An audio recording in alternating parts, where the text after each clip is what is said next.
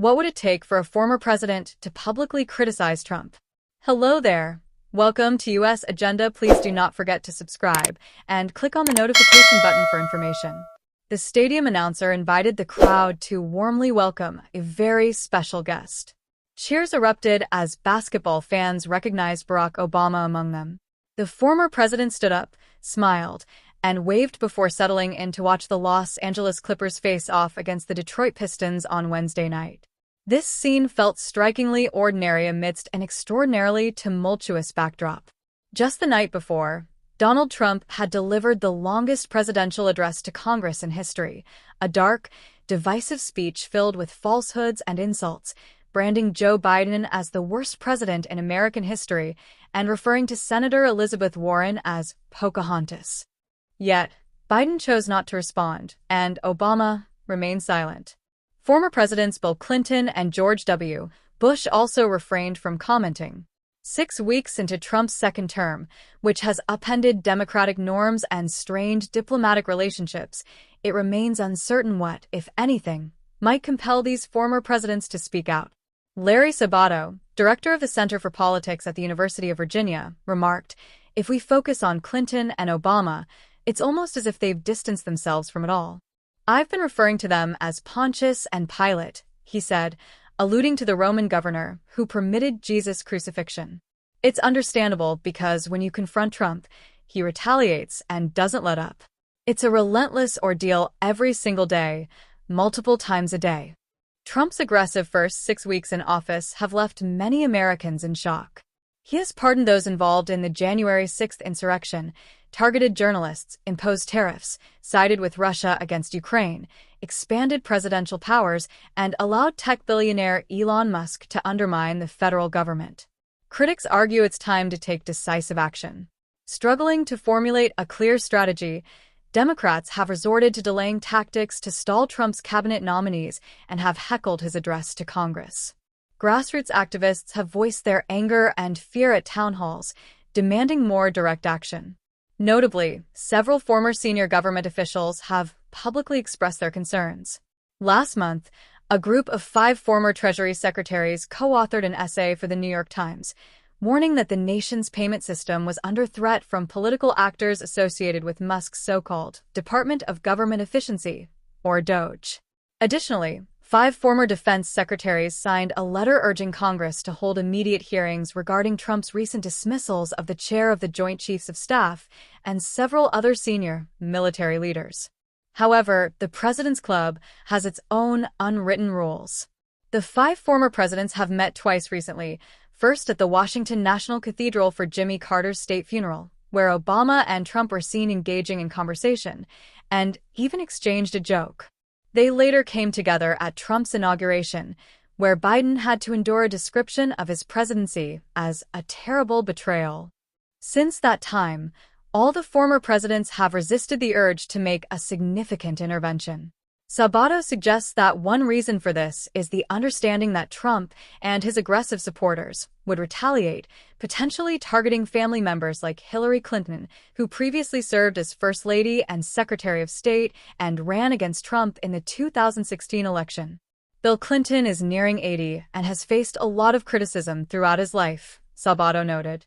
"I'm not sure he wants to deal with more, especially considering that Trump would likely attack Hillary as well.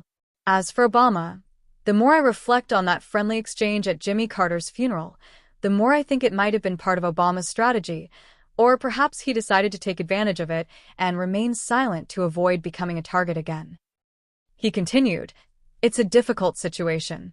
Trump unleashes a horde of aggressive critics, and we've all encountered them on Twitter and elsewhere. I understand that, but I believe they have a responsibility to do more."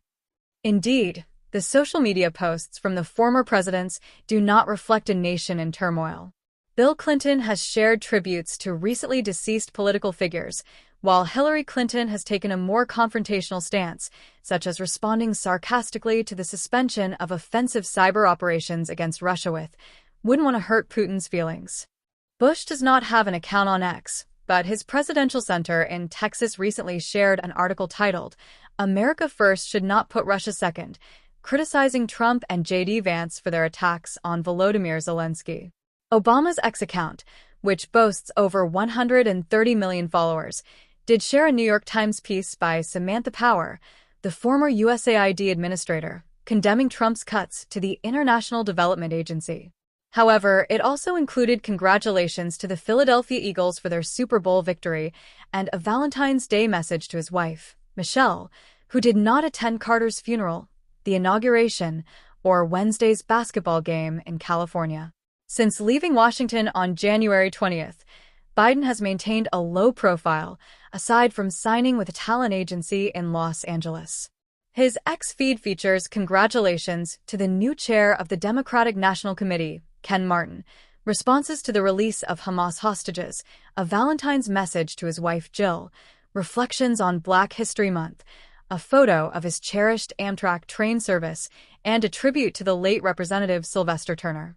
It's easy to imagine how frustrated Biden must have felt as Trump berated and bullied Zelensky in the Oval Office last week, threatening to dismantle the 80-year transatlantic alliance that Biden had worked hard to restore. Yet, he chose not to respond publicly. David Litt, an author and former speechwriter for Obama, remarked, "The question arises, is this about protocol or patience?" Clearly, protocol has been disregarded, especially with Trump using a significant portion of his address to Congress to criticize Joe Biden. Such behavior is typically unacceptable, yet it has happened. Trump was certainly unreserved in his criticism of the current administration during his time as a former president. I suspect that in 2029, if he is still able to express his thoughts on whoever is in office, he will certainly do so. The passing of George H.W. Bush in 2018 left his son, George W. Bush, as the only living Republican president besides Trump, prompting speculation about when Bush might join Clinton, Obama, and Biden in a significant display of bipartisanship. Litt continued, "You have one opportunity to make the most impact, so it's important to choose that moment wisely. If Trump continues to undermine our allies and forges a new alliance with Putin and Russia, that could be the tipping point for a bipartisan group of former presidents to say this is unacceptable." Traditionally, presidents are hesitant to criticize their successors, particularly during the initial honeymoon phase. However, history is filled with notable exceptions.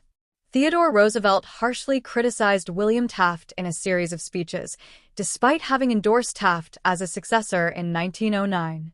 Jimmy Carter condemned Ronald Reagan, who defeated him in 1980, for sending arms to Iran in hopes of securing the release of American hostages in Lebanon. Bill Clinton took a jab at his successor, George W. Bush, for failing to promote democratic progress in Iraq, stating in a 2007 interview, "The point is, there is no military victory here." In turn, Bush reportedly expressed in a private meeting in 2015 that Obama's choice to lift sanctions on Iran was a mistake. Obama criticized Trump's management of the coronavirus pandemic in 2020, calling it an absolute chaotic disaster, during a discussion with former members of his administration. He also cautioned that the rule of law is at risk under the 45th president. However, none of this compares to Trump's relentless and harsh attacks on Biden throughout the Democrats' 4 years in office. Trump derided his successor with names like Crooked Joe and Sleepy Joe, claiming he had caused more damage than the last 10 worst presidents combined. It remains uncertain whether a retaliatory response from Biden, who left office with a low approval rating and could be seen as a sore loser, would benefit his party at this time. Democratic strategist Kurt Bardella stated, "The solution for Democrats is not to look back. It's not about the past. It needs to be forward-looking, and that's what they must figure out." Bardella commented on the former presidents, saying, "If I were them, I would support someone right now and declare, 'This is the person I believe in.' Stop playing the game of, 'I don't want to pick sides. I don't want to offend anyone or overstep my bounds.' We don't have time for that nonsense. Either get involved or stay silent. If you have nothing to contribute now, as events unfold right in front of us, I don't want to hear from you again." Donald Trump has complete control over the U.S. government and is supported by powerful tech leaders. Both Trump and his associates have issued threats against the media, and his cabinet includes individuals who have questioned established scientific facts, including the reality of the climate crisis. In summary, This is a crucial time for fact-check journalism on a global scale.